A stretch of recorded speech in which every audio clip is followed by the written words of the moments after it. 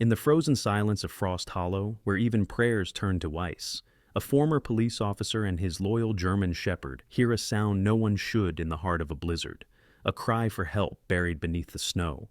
What they find that night will uncover a secret powerful enough to shatter everything they once believed about justice, faith, and redemption. Stay until the end, because the storm will test not only their courage, but their souls. Tell us where you're watching from in the comments, and let's begin this journey into the heart of the storm. Frost Hollow lay buried beneath a world of white.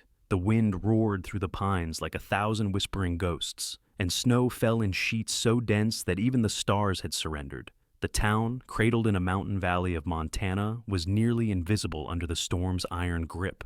Only one speck of light pulsed faintly on the northern ridge, a cabin, small and lonely, standing against the storm as if refusing to kneel.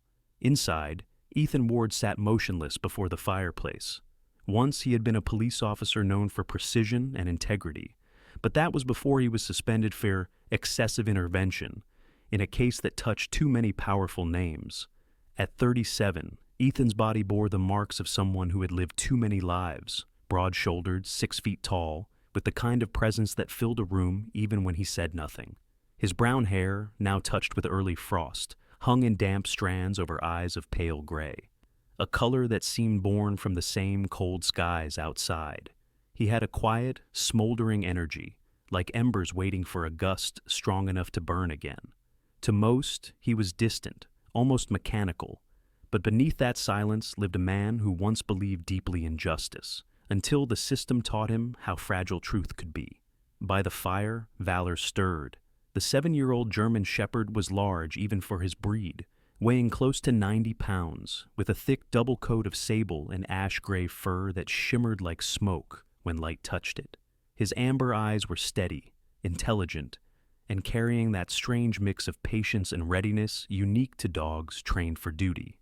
Once a police K-9, Valor had served beside Ethan for 5 years, earning a scar along his flank from the night they raided a warehouse and saved 2 children. After Ethan's suspension, the department retired Valor early, labeling him too attached to a single handler. Now, the 2 exiles shared this cabin at the edge of civilization, both cast out, both restless. The storm pressed harder.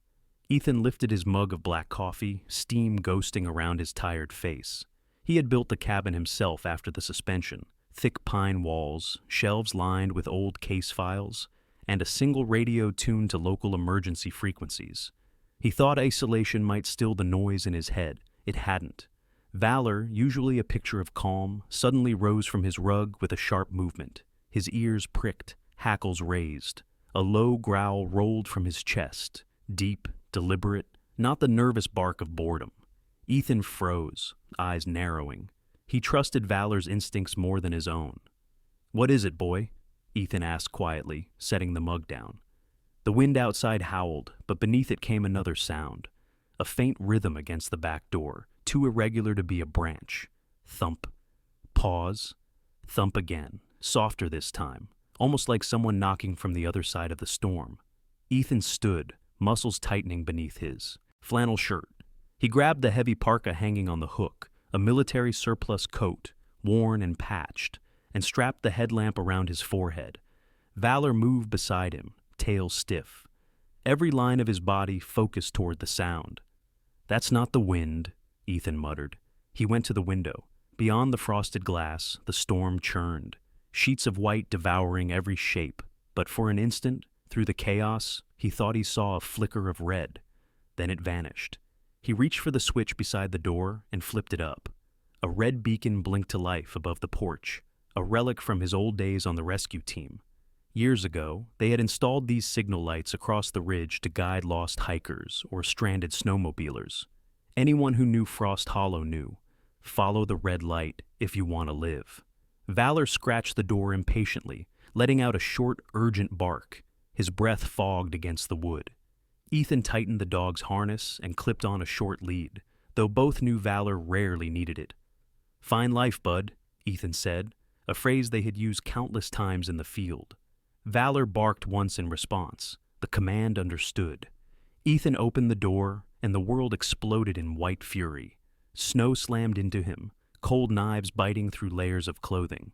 The light from the cabin vanished almost immediately behind them as they stepped into the storm.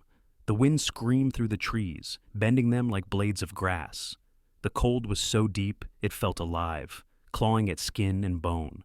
Ethan leaned forward, half crouched, following Valor's shadowy outline.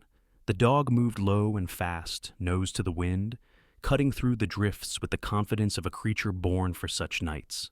As they trudged down the slope, Ethan's headlamp caught fragments of the landscape, the skeletal trunks of pines, a half-buried fence, a frozen creek glinting like shattered glass. His boots sank ankle-deep, each step a battle. The snow carried a strange metallic scent, sharp and electric, like air before lightning. Then Valor stopped. His tail stiffened, nose buried in the snow. He gave a short bark and veered sharply to the left, toward a cluster of trees where the snow had piled into natural ridges. Ethan followed, adrenaline slicing through the cold fatigue. "Show me," he urged, voice breaking through the wind. Valor circled a mound beneath the largest pine. It looked like an ordinary drift at first, just another pocket of snow shaped by the storm. But then the dog began to dig furiously, flinging powder into the air. Ethan dropped to his knees beside him, sweeping away snow with his gloved hands. His heart thudded once, hard. Beneath the thin crust of ice lay something small and still, a flash of blue fabric, a child's sleeve. "God," Ethan breathed. He cleared more snow and found a boy, maybe 7 years old, curled around a pair of infant car seats. His clothes were soaked stiff, his cheeks pale and lips violet, but his arms still wrapped protectively around the smaller forms. Ethan touched the boy's shoulder. "Hey, kid," he said softly. "I'm Ethan. You're safe now." The boy stirred weakly, blinking up through a curtain of snowflakes. His eyes were a startling green, too large for his thin face. "Mom said, follow the red light on the North Hill," he whispered. "Valor will come." Ethan froze at the name. The child knew his dog. Somehow, his mother had known where to send him. "All right," Ethan said, steady but quick. "You did well. We're going home." He wrapped the boy, Lucas, he would later learn, in a thermal poncho and secured the twin carriers to his arms. Each one held a tiny infant swaddled in pink and gray blankets. Their breaths were faint but steady, small clouds forming in the freezing air. Valor walked ahead, head low, carving a path through the snow. It took nearly 20 minutes to climb back to the cabin. The cold bit deeper with every step, and the wind grew wild. But the red light above his porch never wavered. It pulsed like a heartbeat, a promise. When they finally reached the door, Ethan turned once toward the forest. The pines swayed in the storm, and for a moment, the wind sounded almost human, a distant cry swallowed by the white. He couldn't see anyone else out there, but something told him this night had only begun. He pushed inside, sealing the door against the storm. The warmth of the fire hit his face, and Valor shook himself, sending snow flying across the floorboards. Ethan set the children down gently by the hearth, his breath trembling. "Good job, partner," he murmured, resting a hand on Valor's thick fur. The dog licked his wrist once, eyes fixed on the window, where the storm clawed at the glass. Somewhere out there, someone had sent these children into the blizzard with a message and faith that Valor would find them. Ethan didn't yet know why, but the weight of it pressed on him like the storm itself. The red beacon still blinked outside, casting its heartbeat glow across the cabin walls, as if signaling that salvation and danger were coming hand in hand. And above the endless roar of the storm, Ethan could have sworn he heard something, just beyond the range of human hearing, a faint, desperate call carried on the wind. Dawn had not come, though hours had passed. The storm had swallowed the night whole, leaving the world in a state of gray blindness. Inside the cabin, the air shimmered with the faint warmth of the fire, and the smell of smoke and wet wool hung thick. Ethan Ward moved like a man between two worlds, the cold logic of training and the fragile pulse of instinct. The boy, Lucas Harper, as he would soon discover, sat huddled in a blanket near the fire. He was 7, small for his age, with a wiry frame and sandy hair matted from the storm. His cheeks were still pale, but life had returned to his eyes, a deep green flecked with hazel, the color of moss after rain. Beneath that gaze, though, was something older than a child should ever carry, the kind of fear that doesn't cry or shake, it just waits. Ethan crouched beside him, checking the infants again. The twin babies, both barely 2 months old, slept in improvised nests of towels and thick sweaters. Their breaths came shallow but rhythmic, tiny chests rising under wool. Valor lay curled beside them, his broad body forming a wall of warmth. His fur steamed faintly where snow had melted into it, and his ears twitched every time the wind howled. Ethan poured a few drops of warm water onto his wrist, testing the temperature, then dabbed the boy's lips. "You'll feel better soon, kid," he said quietly. Lucas blinked up, voice hoarse. "Mom said you'd help us. She said to find the red light." "Your mom's smart," Ethan replied, forcing calm into his tone. "What's her name?" "Elena Harper," the boy whispered. "She said if anything happens, follow the trail north. She said you and Valor used to find lost people." Ethan's chest tightened at the name. Elena Harper. He had seen that name before, months ago, on a list of foster care transfers connected to a case that never reached court, the same case that got him suspended. He leaned back, eyes narrowing slightly. "Where is she now, Lucas?" The boy stared at the floor, small hands twisting the edge of the blanket. "She told me to run when the men came. She said she'd find us after." Ethan felt the room tilt slightly, not from fear, but from recognition. He had chased shadows in Frost Hollow long enough to know when the dark had a face. He stood and crossed to the window.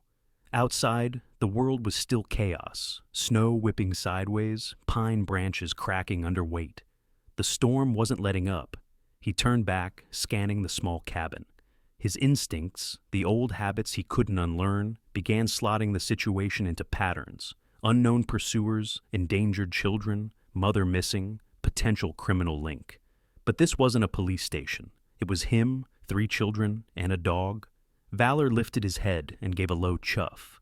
Ethan looked down, reading his partner's posture, alert but not alarmed. For now, they were safe. He needed to keep it that way. He grabbed a survival kit from the shelf, thermal packs, blankets, and an old radio transceiver. The signal light still blinked outside, pulsing red against the storm. Ethan switched the radio to the emergency channel, static crackling. "Local emergency net. This is Ward. I have 3 minors rescued from exposure. 1 is approximately 7 years old, 2 are infants, all stable but hypothermic. Requesting medical assistance if anyone can reach Ridge North." For a long moment, only static replied. Then a woman's voice cut through, clear despite the interference.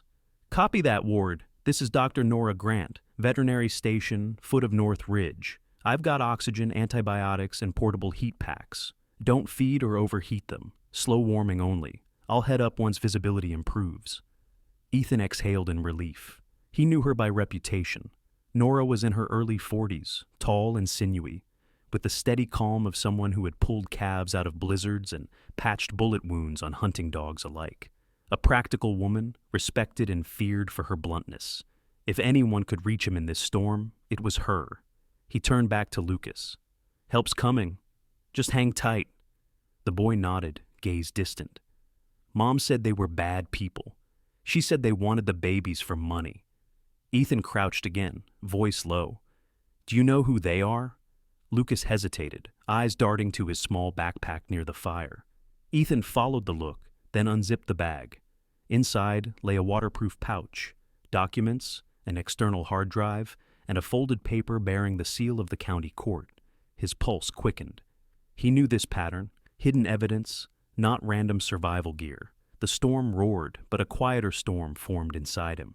The last time he had seen that seal, it had been attached to a false warrant, part of the same network of judges, lawyers, and fake foster agencies that had funneled children into private hands for protection fees. He had tried to stop it once. He'd been told to stand down. Now, fate had dragged it back to his door. Valor shifted suddenly, ears snapping upright. A growl rippled through his chest. Ethan turned toward the door, instinct taking over. "Easy, boy." A shadow passed the window, then nothing. The sound came again, this time faint but distinct. A metallic clang, like something striking the railing outside. Ethan reached for the pistol holstered behind the door. Then the voice crackled again through the radio. "Ward, visibility's dropping fast. I'm half a mile out, following the ridge trail. Don't move them." "Copy, Grant," he answered. "We'll hold position." He turned to Lucas. "Someone's coming to help, but you need to stay still. Valor's going to watch the door. Minutes crawled by. The storm beat the cabin like a drum. Then, 3 knocks, deliberate and slow. Ethan opened the door an inch, gun raised. A figure loomed, tall, wrapped in white parka and goggles, snow, crusted to her shoulders. Nora Grant stepped into the light, pulling off her hood. Her face was lean and wind-burned, copper hair streaked with gray, and her blue eyes sharp with exhaustion and command. "You picked a hell of a night to start a rescue mission," she said dryly. "Didn't exactly get an invitation," Ethan replied. Nora knelt immediately beside the twins, her movements precise and confident. "Temperature? Low, but rising. No frostbite. Good, you kept them breathing." She checked pulses, fitted a small oxygen mask over one infant's face, then the other. "These masks are for cats, but lungs are lungs." Lucas watched her silently, a flicker of awe breaking through the fatigue. Ethan helped her unwrap the smaller blankets to replace them with dry ones. "Any chance the storm clears soon?" "Not before dawn," she said. "We'll have to wait it out." Ethan nodded. "Then we make this place a fortress." Together, they sealed the windows with thermal curtains, stacked wood near the hearth, and set up a spare heater powered by a small generator Nora had dragged on a sled. Valor paced the perimeter, nose testing the air. Outside, the storm howled harder, as if warning them that the mountain wasn't done yet. After an hour, the cabin felt like a fragile island in a sea of noise. Lucas had drifted into uneasy sleep, clutching Valor's paw. The twins' breathing steadied. Ethan stood by the window, eyes tracing the red blink of the beacon outside. "You look like you've seen this kind of night before," Nora said softly, wrapping her arms around a mug of coffee. Ethan didn't answer right away. His reflection in the window looked older, harder. "Last time I saw a storm like this, 3 kids didn't make it. I promised I'd never let that happen again." She studied him quietly, then nodded once. "Then you won't." For a few minutes, there was only the crackle of fire. Then Ethan broke the silence. "The boy's mother, Elena Harper, you know her?" Nora's brow furrowed. "I've seen her once or twice in town. Social worker, right? She was fighting some court case about foster transfers." "Yeah," Ethan said. "And she was fighting the same people who took my badge." Outside, the wind shifted direction. Valor lifted his head again, ears angling toward the door. A low growl rumbled. Nora looked up. "Another rescue?" Ethan's eyes hardened. "Or something else." The storm screamed louder, drowning everything. Beyond the window, faint shapes flickered in the snow, too tall, too deliberate to be trees. Valor moved to the door, body tense. The storm had delivered one message tonight. But perhaps, Ethan thought grimly, it hadn't finished speaking, and in the wavering red light outside, footprints began to appear, fresh ones, leading straight to the cabin. The storm had not eased. It had only changed shape. The wind no longer screamed. It whispered in long, hollow breaths, sliding across the roof like a ghost testing doors. Inside the cabin, heat shimmered faintly against the frost that clung to the window edges. The world outside was still white chaos, but in here, life fought quietly to hold on. Ethan Ward sat cross-legged beside the fire, his face drawn with exhaustion. He had stripped off the heavy parka, leaving only a dark wool sweater that still smelled faintly of pine smoke. The lines around his mouth had deepened. Fatigue had made him look older, but his eyes, gray and steady, were wide awake, fixed on the 3 children sleeping nearby.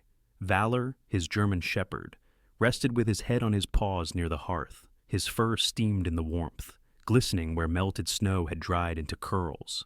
His chest rose and fell with slow, even breaths, but his ears twitched at every unfamiliar sound. For a 7-year-old K9, he was still pure focus, a living compass, built from loyalty and discipline. Across from Ethan, Dr. Nora Grant worked methodically, her hands steady despite the tremor of cold. She was 42, tall and angular, her copper hair tied in a loose braid. A long scar ran down her left cheek, an old reminder from her early years in rescue work when she had pulled a trapped climber from under a collapsed ledge. Her voice carried the brisk patience of someone who didn't believe in panic. "The twins are stable," she said, tightening a thermal blanket around the smallest one.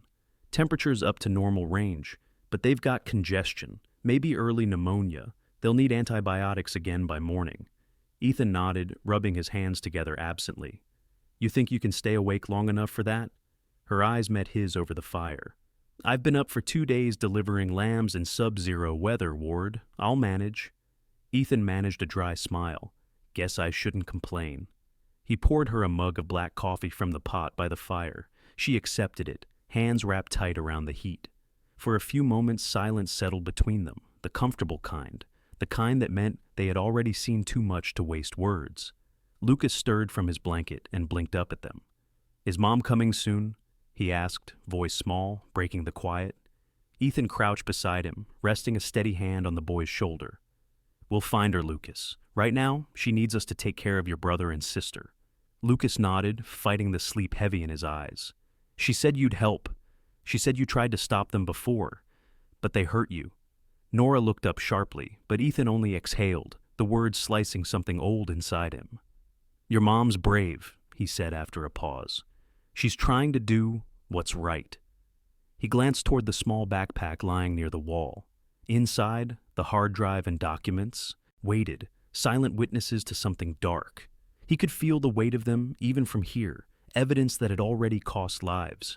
He stood, moving to the workbench where his old radio scanner sat.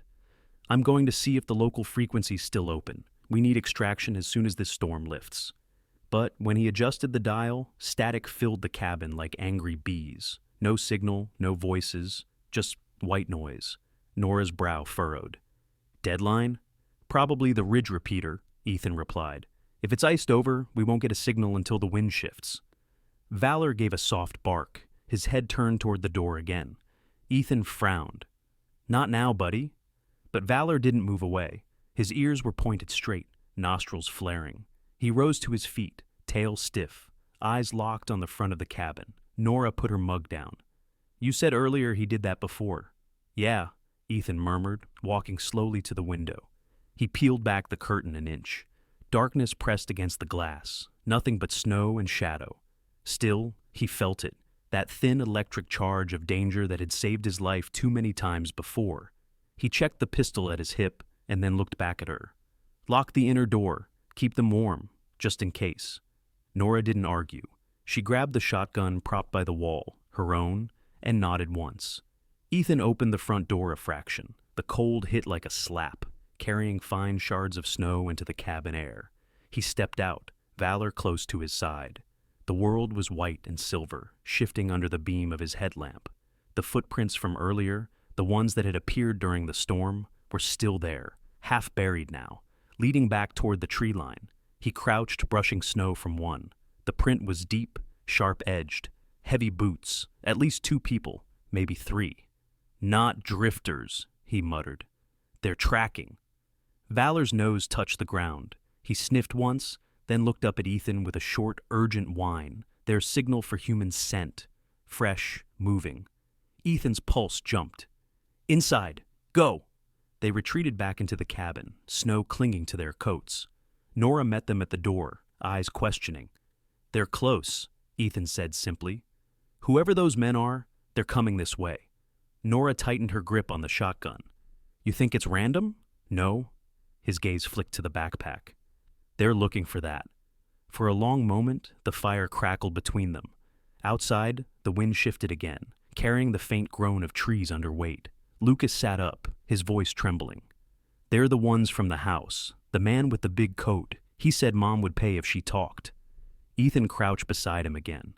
You're safe here, Lucas. No one's getting through without me knowing. Valor moved to the window, lying low but alert. His body was a coiled spring, the rhythm of his breath, syncing with the soft hiss of the fire. Ethan turned back to Nora. If the storm clears by dawn, we move. Until then, we hold. Nora nodded, jaw tight.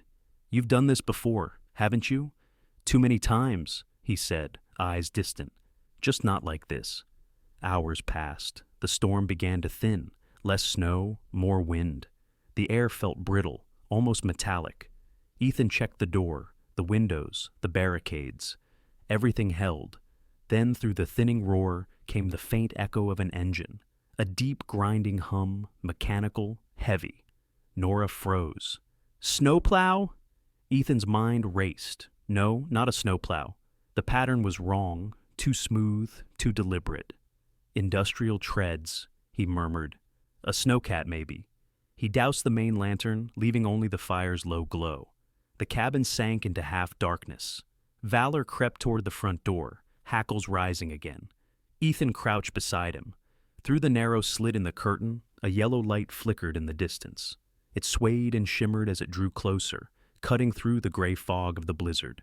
And then he saw it, massive, slow-moving, with headlights slicing the storm. A snowplow, yes, but not local. The body was black, not orange, and two silhouettes walked ahead of it, flashlights darting. Nora's whisper cut through the dark. "Rescue?"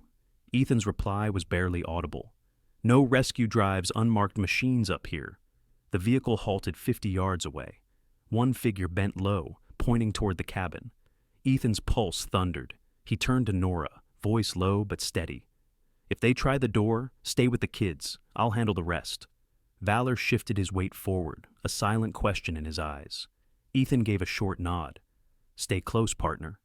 Outside, the engine roared louder. Then it cut abruptly, leaving a silence more terrifying than the noise. Through the frost-blurred glass, Ethan saw movement. A man stepping into the red light of the beacon. Snow swirled around his coat as he raised a gloved hand and knocked, slow and deliberate, 3 times. The sound echoed through the cabin like a gunshot. Ethan tightened his grip on the pistol. Valor's teeth flashed in the firelight, a low growl starting deep in his chest. The door trembled once under the next knock, and as the storm thinned to a dying breath, Ethan realized the night had brought not salvation, but the first hunter to their door. The sound of the third knock lingered like an echo in Ethan's veins. It wasn't the knock of someone lost or pleading. It was measured, patient, confident. A man who already believed the door would open. Ethan motioned silently to Nora. She scooped up the twins, carrying them into the pantry at the back of the cabin, its door thick and soundproof by bags of grain. Lucas followed without protest, clinging to her sleeve. Valor remained, crouched beside Ethan, muscles coiled, eyes locked on the door. The only light came from the hearth, flickering orange against the timber walls, painting them in nervous motion. Ethan breathed once, slow. He pulled the bolt back on his pistol and took position beside the door frame. Then, another knock, sharper this time. He opened the door halfway. Snow and wind burst inward, followed by a tall figure in a tailored coat, its fabric glistening under ice. Vincent Cole. He looked every bit the man Ethan remembered from his hearing 2 years ago. Early 40s, polished, handsome in that hollow way expensive men were, hair slicked, eyes too pale, voice too smooth. He had been the attorney for the Foster Relief Fund that Ethan had exposed, a fund that, behind its facade, traded custody rights for profit. Vincent smiled as if walking into an old friend's home. "Evening, Officer Ward. Still playing hero, I see." Ethan's finger twitched near the trigger. "You're trespassing." "I prefer to think of it as retrieval." Vincent stepped forward, brushing snow from his shoulders. Behind him, 2 men entered. One was huge, shoulders like a bear, his limp visible even under heavy boots. The other, lean and sharp-faced, eyes darting around the cabin. Both wore gloves thick enough to hide weapons. "We're here for the children," Vincent said simply. "They belong to the state. I'm authorized to escort them." Ethan's laugh was short and humorless. "Show me the paperwork." Vincent tilted his head, pretending disappointment. "Ethan, must we? You've already been suspended once for overstepping. Don't repeat history." From behind the pantry door came a muffled cry, the soft whimper of one of the babies. Vincent's eyes flicked toward the sound. "There," he murmured to the thin man. "Retrieve them." Ethan raised his pistol. "Move 1 inch, and I'll make sure you crawl back to whatever hole you came from." The big man grinned. 3 against 1? You sure?" Ethan's voice dropped into the cold register of his training. 2 against 1. The third is already marked." The man frowned. "What?" He never finished. Valor launched from the shadows, a streak of muscle and teeth. The dog hit the lean man square in the chest, sending him backward into the bookshelf. Wood splintered. The man screamed, trying to raise his arm. Valor locked on, twisting, dragging him down. A gun fired, a muffled crack. Splinters burst from the wall. Ethan dropped, low, firing once into the floorboards near the big man's boots, forcing him to retreat behind the couch. Vincent ducked near the doorframe, expression still calm, but his breath uneven now. "You'll ruin yourself again, Ward. You can't save everyone." Ethan stood, moving between Vincent and the pantry. His words came through gritted teeth. "I don't need to save everyone. Just these three." The big man lunged. Ethan sidestepped, swinging a heavy cast-iron skillet from the stove into the man's thigh. The sound of bone against metal cracked through the room. The man roared, collapsing to one knee. Ethan grabbed a zip tie from his belt and cinched it around the man's wrists, kicking his weapon out of reach. Valor released his target on command, circling back, muzzle smeared with frost. The lean man groaned on the floor, clutching a torn sleeve. Vincent exhaled, face twisted now. Not elegant, just angry. "You think this changes anything? You have no badge, no power, no one to back you up." "Maybe not," Ethan said, "but you do. You brought witnesses." Outside, faint sirens wailed, far away, nearly lost in the wind. For the first time, Vincent's composure cracked. "Valor?" Ethan said softly. The dog turned its head, amber eyes burning. Vincent bolted. He shoved the door wide, snow exploding inward again, and vanished into the white with one desperate motion. Lucas's voice rose faintly from the pantry. "Ethan!" Ethan dashed to the doorway, cold hitting him like a wall. He saw the glow of headlights moving, Vincent's snowcat roaring back to life. The machine lurched forward down the ridge, engine howling through the storm. For a moment, Ethan saw a small silhouette at the cabin threshold. Lucas's figure, barely visible, then gone. "Lucas!" The boy's name tore out of him, ripped apart by the wind. Valor shot past him, bounding into the storm without hesitation. Ethan grabbed his parka and ran after them, the world narrowing to white noise and breath. His boots pounded through drifts, following the blur of the dog's movement. Ahead, the snowcat's taillights flickered like dying embers. Ethan fired once into the air, signal, not attack. He needed Valor to track, not fight blindly. The dog cut through the snow like a phantom, nose down, tail low, weaving between the shadows of the pines. Behind them, Nora appeared in the doorway, holding one of the infants. Her face was ghostly in the stormlight, but she didn't call out. She only watched, her free hand clutching the shotgun, knowing any sound would draw the wrong ears. Ethan's lungs burned. The snowcat veered toward the frozen logging road that wound along the valley floor. Ethan stopped at the ridge's edge, gasping. Valor paused beside him, panting steam. "Track him," Ethan whispered. "Find Lucas." The dog barked once and plunged into the darkness below. Ethan stood for a heartbeat longer, staring at the faint tracks cut into the snow, 2 sets of heavy boots, one smaller. Then he turned back toward the cabin, heart hammering. He had to lock down the evidence, protect the twins, and trust that Valor would find the boy before the night swallowed them both. He hurried back through the storm. The door banged open under his hand. Inside, the fire still burned, though the room looked as if a bomb had gone off. Books scattered, furniture overturned, blood and snow staining the floorboards. Nora stood near the wall, her hair wild, eyes sharp. The twins slept, undisturbed by the chaos. "Lucas?" she asked, voice tight. "Taken," Ethan replied. "Valor's on them." He crossed to the desk, yanked open a drawer, and pulled out a clean SSD drive. His fingers worked fast, copying files from the hard drive into the new one. He'd learned years ago to keep backups of everything, especially the kind of truth people killed for. "You're cloning evidence in the middle of a manhunt?" Nora snapped. "Evidence is what brings them down," he said. "Otherwise, it's just us versus money." He slid the new drive into a small fireproof case beneath the floorboards, locking it shut. Then he straightened. "Radio," he said. She hesitated. "It's still dead." "Then we make it live." He crossed the room, adjusted the antenna, twisted the dials. Static again, then faintly, a human voice under the noise. "Ward, you there?" Relief flickered in his chest.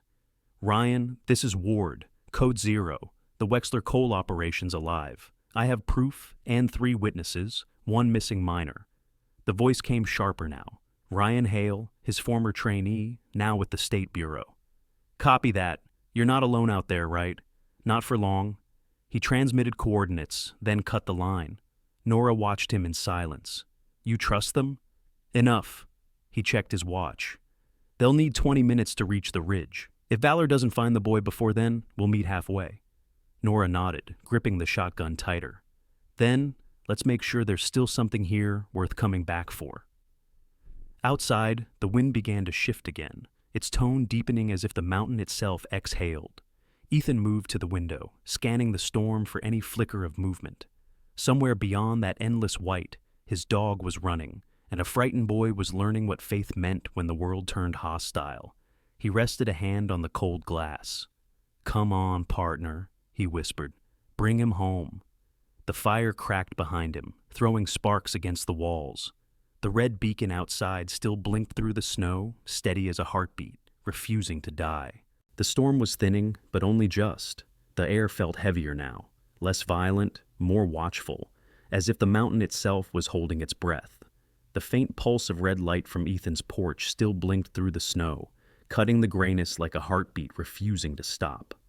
Inside the cabin, the world was still chaos, furniture overturned, shards of glass from the window glittering under firelight. But Ethan Ward was already moving again. There was no time to rest.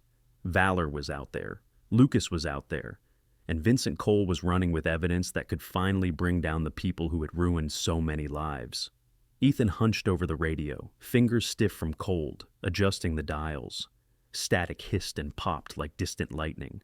Beside him, Nora Grant checked the twins again, one stirring weakly, the other sleeping under the warmth of a wool blanket and a layer of Valor's shed fur she had gathered from the floor. She worked with quiet precision, but her shoulders trembled. "You should rest," Ethan said without looking up. "So should you," she replied, not missing a beat. "But you won't." He allowed a faint smile. "You're right, I won't." The radio spat noise, then a voice crackled through. A familiar one? "Ward, you there?" Ethan leaned closer. "Ryan, that you?" "Yeah, got your transmission. We traced the digital ping from the SSD backup you sent. The data checks out. It's the same case, same accounts, same shell charities. Wexler's under surveillance as of 20 minutes ago. Cole's probably heading to a drop point." Ethan exhaled sharply. "He's got a child with him, Ryan. Lucas Harper. We need every unit between Frost Hollow and the lower highway." Ryan's tone hardened. "Already on it. We're setting up roadblocks. Keep your radio live. I'll triangulate your beacon and get a chopper up once the winds drop below 30 knots. Can you hold out?" Ethan glanced at Nora, then at the twins. "We'll hold, but Valor's tracking them in the storm. I'm not leaving him blind." There was a pause. "Then you'd better stay warm, brother," Ryan said. "You've got help on the way. And Ethan..." "Yeah? Don't do anything stupid before we get there." Ethan allowed himself a quiet laugh. "No promises." The signal faded into static again. He turned to Nora, whose eyes had softened just a fraction. "Help's coming," he said simply.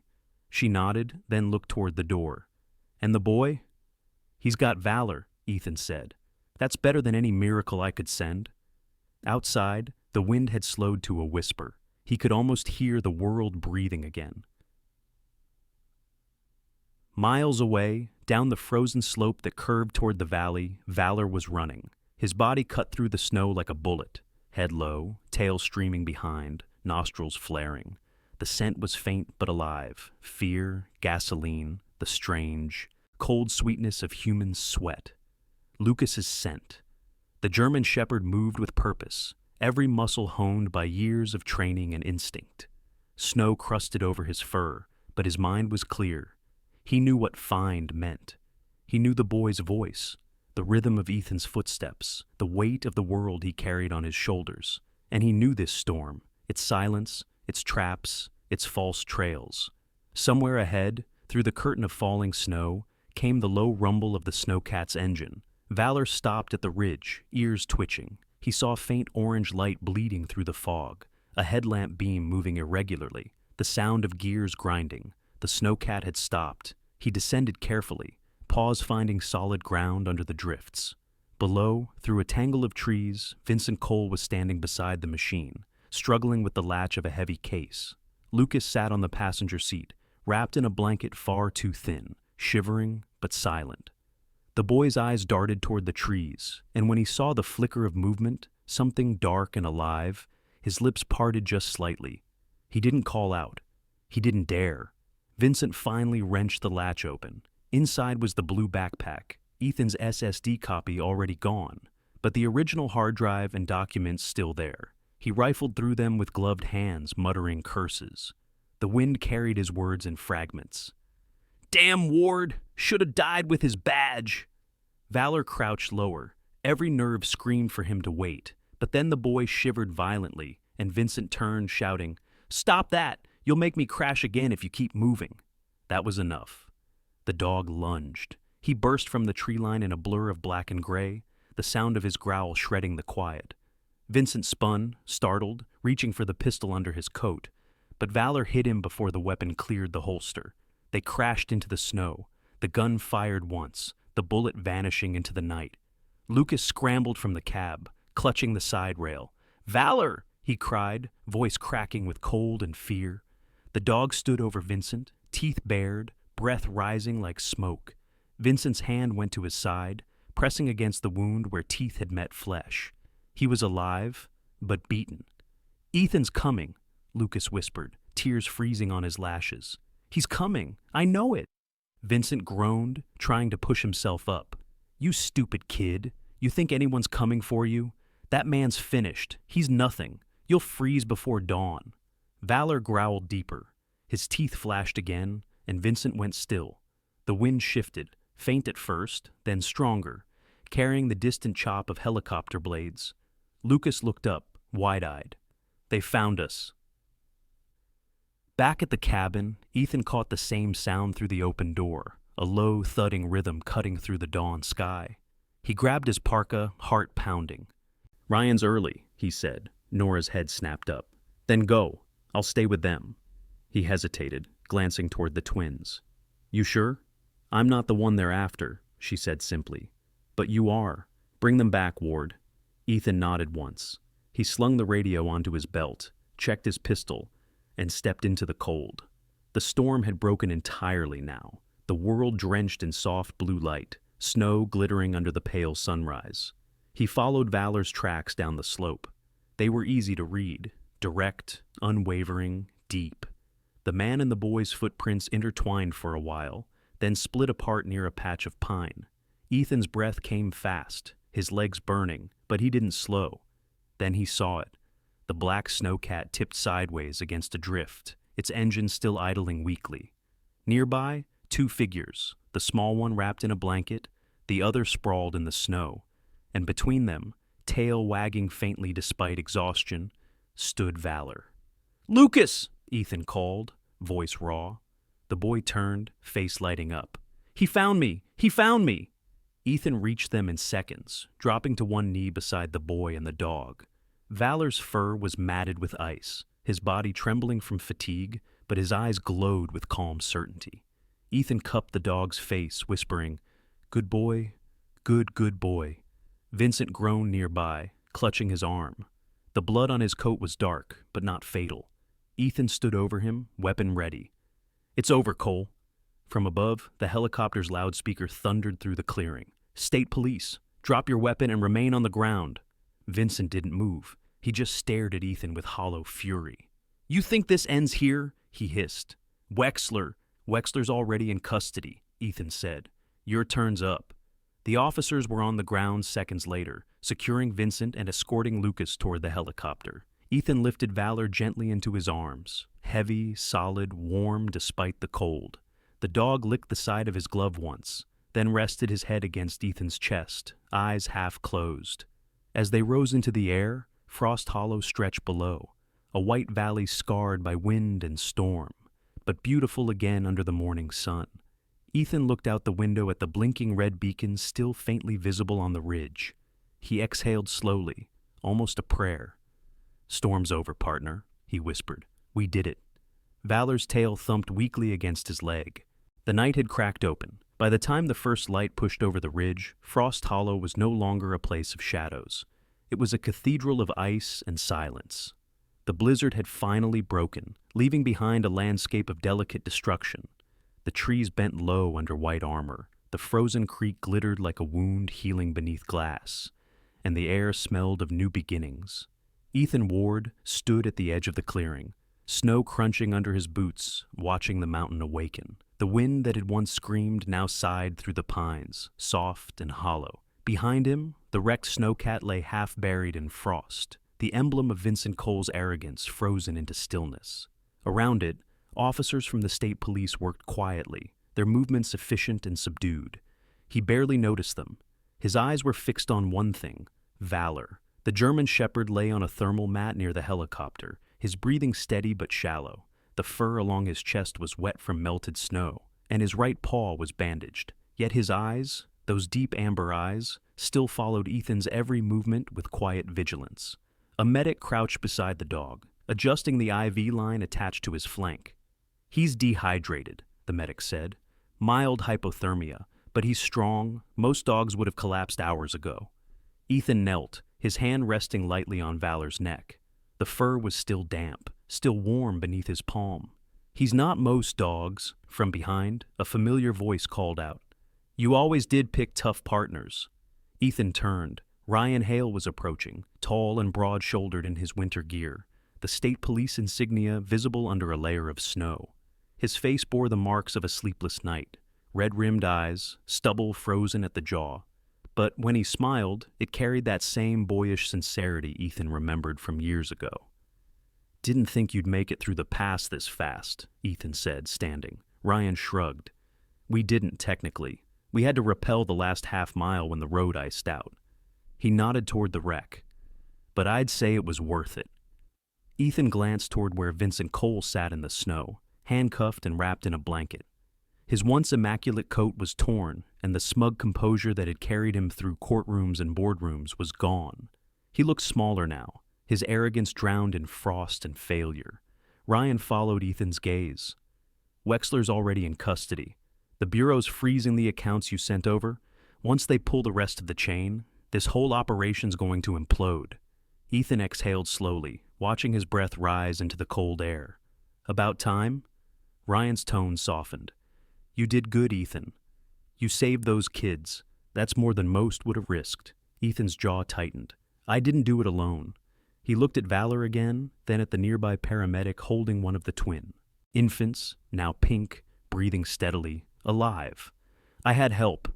A small voice broke the moment. "Ethan?" He turned. Lucas stood a few yards away, wrapped in a thick blanket far too big for him. A young female officer was adjusting his hat, but the boy's eyes were on Ethan, and on Valor. Ethan crouched and opened his arms.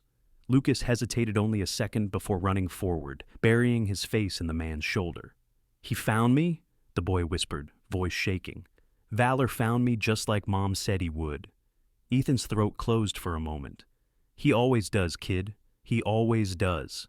When Lucas finally pulled back, his gaze drifted toward the ridge. "Will Mom come soon?" Ethan looked toward Ryan. The other man's expression told him everything. Elena Harper had not survived the storm. Her body had been found a few miles down the pass, frozen, arms still outstretched toward the ridge, as if she had fallen mid-prayer. Ethan swallowed the ache in his chest. "She's with God now," he said softly. "And she made sure you got here. That's what matters." Lucas nodded, his small hands gripping the edge of the blanket tighter. Then he crouched beside Valor and stroked the dog's muzzle. "Thank you," he whispered. "You're my hero." Valor's tail thumped weakly once against the mat, the faint sound like the punctuation of a prayer. Ryan cleared his throat. "We're flying the kids to Helena. The Bureau's setting up a safe house and pediatric care. You coming with us?" Ethan stood, the wind lifting strands of his hair. "Not yet. I've got something to finish first." Ryan studied him for a moment. "You mean the file?" Ethan nodded. "Those people built their empire on silence. I'm going to make sure everyone hears the truth." Ryan grinned faintly. "Still the same stubborn bastard I trained under. Someone's got to be." Hours later, as the morning brightened into gold, the helicopters rose from the valley floor. The noise sent ripples through the snowdrifts, scattering crows from the trees. Ethan watched the first chopper lift off, carrying Nora, the twins, and Lucas. The boy pressed a hand against the window as the craft descended, eyes searching the ground until he spotted the small figure standing below. Ethan raised his hand in return, the gesture brief but steady. When the helicopter disappeared beyond the ridge, the mountain fell silent again. He turned back toward Valor. The dog was standing now, though weakly, shaking off the blanket. "You're not supposed to be up yet," Ethan muttered. Valor only looked at him, eyes glowing with quiet determination. Then, slowly, he stepped forward until his head rested against Ethan's leg. "Yeah," Ethan said softly. "I missed you too." The medics had cleared the site, leaving only Ethan, Ryan, and 2 officers to oversee the final sweep. Ryan slung his pack over his shoulder. "You sure you don't want to ride down?" "I'll take the truck once the road's open," Ethan said. "I need to go back to the cabin." Ryan hesitated. "You planning to stay there?" Ethan looked toward the ridge, where his cabin's faint outline stood against the horizon, a small shadow in the sea of white. "For now, it's home, and it's where she told them to find me." Ryan nodded. "You'll let me know when you're ready to come back?" Ethan smiled, though it didn't quite reach his eyes. "You'll be the first call I make." They clasped hands, a brief wordless promise between men who had fought the same kind of ghosts. Then Ryan climbed into the remaining chopper, and soon even its echo faded into the wind. By midday, Frost Hollow was silent again. Ethan and Valor stood outside the cabin, looking down the valley. The snow was already beginning to melt in patches, revealing dark soil and the faint green of moss beneath. Life was returning. Ethan knelt, running a hand along Valor's neck. "You know," he murmured, "they'll probably call you a hero after this. Might even want to pin another medal on you." Valor tilted his head, as if unimpressed by the idea. Ethan chuckled. "Yeah, that's what I thought." He straightened, watching the clouds shift apart. "Funny thing about storms, they make you think everything's ending. But maybe they're just how God clears the air." He stood there for a long while, letting the sun thaw the ice on his coat, listening to the faint creak of branches as the wind softened. The world felt cleaner somehow. Inside the cabin, the red beacon light, his old rescue signal, still glowed faintly on the wall. Ethan reached over and switched it off for the first time in years. The storm had passed, the lost had been found, and somewhere between the whisper of melting snow and the heartbeat of a dog at his side, Ethan realized that the mountain had given him something back, something he thought he'd buried long ago. Not just peace, faith. He looked down at Valor and smiled. "Come on, partner," he said. "Let's go home." The 2 figures, man and dog, walked toward the ridge as the sun broke fully through the clouds, flooding the valley with light. For the first time in a long while, Frost Hollow was not a place of sorrow, but of resurrection. And in that morning glow, Ethan finally understood. Some storms don't destroy. They reveal. Sometimes, God does not calm the storm. Instead, he sends someone, or something, to walk through it with us. Just like Ethan and his faithful dog Valor, we all face nights when the world feels frozen and hope seems buried. But even in the coldest moments, God's light still shines, guiding us back to warmth, truth, and love. Every act of kindness, every moment of courage, is a piece of his miracle working quietly through us. If this story touched your heart, share it with someone who needs a reminder that faith still works in small, beautiful ways. Leave a comment. Tell us how it made you feel. And don't forget to subscribe for more stories of hope and grace. May God bless everyone watching this video, and may his light guide you through every storm. Type amen in the comments if you believe miracles still happen every day.